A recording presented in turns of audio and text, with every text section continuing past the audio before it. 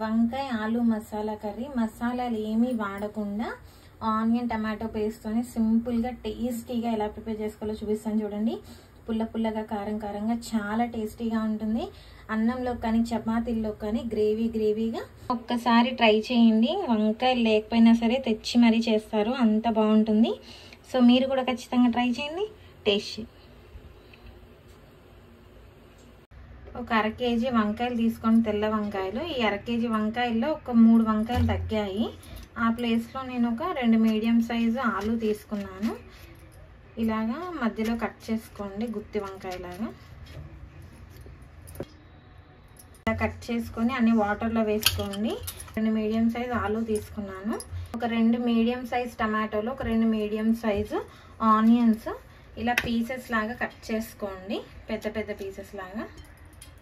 ఒక చిన్న mixie jar తీసుకొని మనం ముందుగా కట్ చేసి పెట్టుకున్న టమాటోస్ కానీ ఆనియన్స్ కానీ వేసుకోండి.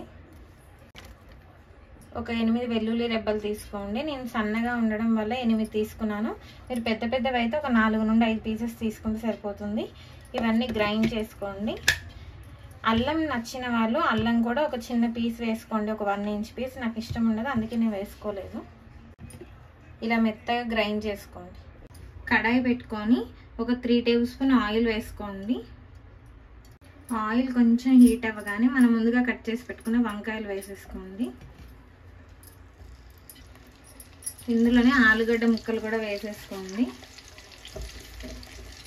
ఇవన్నీ కూడా 50% ఈ ఆయిల్లోనే మగ్గించేయాలి. మూత పెట్టుకొని స్టవ్ ఫ్లేమ్ మీడియంలో పెట్టుకొని మూత పెట్టుకొని ఒక 2 మినిట్స్ మగ్గించుకోండి.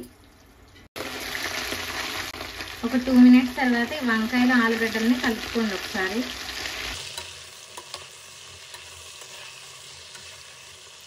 ఇందులో ఒక 1/2 స్పూన్ సాల్ట్ వేసుకొని మగ్గించుకోండి. అప్పుడు మనకు వంకాయలు ఆలు అనేది చప్పగా ఉండకుండా టేస్టీగా ఉంటాయి. ఒక 50% ఆలు కుక్ అయ్యేదాకా ఇలా కుక్ చేసుకోండి. 50% ఆలు కూడా కుక్ అయిపోయింది, చూసారా. కుక్ అయిన తర్వాత అన్నీ ఒక ప్లేట్లోకి తీసి పెట్టేసుకోండి. స్టవ్ ఆపేసుకొని మగ్గించుకున్న వంకాయ ఆలుగడ్డ తీసేసుకొని కొంచెం ఆయిల్ హీట్ చేసుకోండి. ఒక 1 స్పూన్ తాలింపు దినుసులు వేసుకోండి. జీలకర్ర, ఆవాలు, శనగపప్పు కలిసి ఉన్నది. ఒక 2 ఎండుమిర్చి వేసుకోండి. ఒక 3 పచ్చిమిర్చి వేసుకోండి. ఒక చిన్న సైజ్ ఆనియన్స్ ఇలా చిన్న చిన్న పీసెస్ కట్ చేసి వేసుకోండి. ఆనియన్స్ కొంచెం ఎర్రగా అయ్యేదాకా ఫ్రై చేసుకోండి. ఒక 2 రెబ్బలు కరివేపాకు వేసుకోండి. కొంచెం ఆనియన్స్ ఫ్రై అయ్యాక ఒక 1/2 టీ స్పూన్ పసుపు వేసుకోండి. మనం ముందుగా గ్రైండ్ చేసి పెట్టుకున్న ఆనియన్ టమాటో పేస్ట్ వేసుకోండి.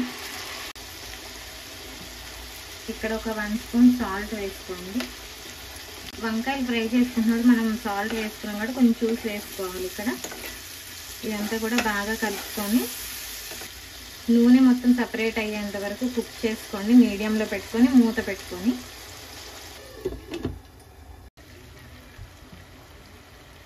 ఇందులో ఆయిల్ సపరేట్ అయిపోయి ఈ పేస్ట్ అంతా కూడా బాగా కుక్ అయిపోయింది. ఇందులో మీ టేస్ట్కి సరిపడా ఒక 1 స్పూన్ కారం వేసుకోండి. 1 టీ స్పూన్ ధనియాల పొడి వేసుకోండి. 1/2 టీ స్పూన్ జీలకర్ర పొడి వేసుకోండి. ఇవన్నీ కూడా బాగా కలుపుకోండి. ఇప్పుడు ఇందులోనే మనం ముందుగా ఫ్రై చేసి పెట్టుకున్న వంకాయల్ని ఆలుగడ్డలు వేసుకోండి. ఇప్పుడు ఇదంతా ఒకసారి తిరగేసుకోండి.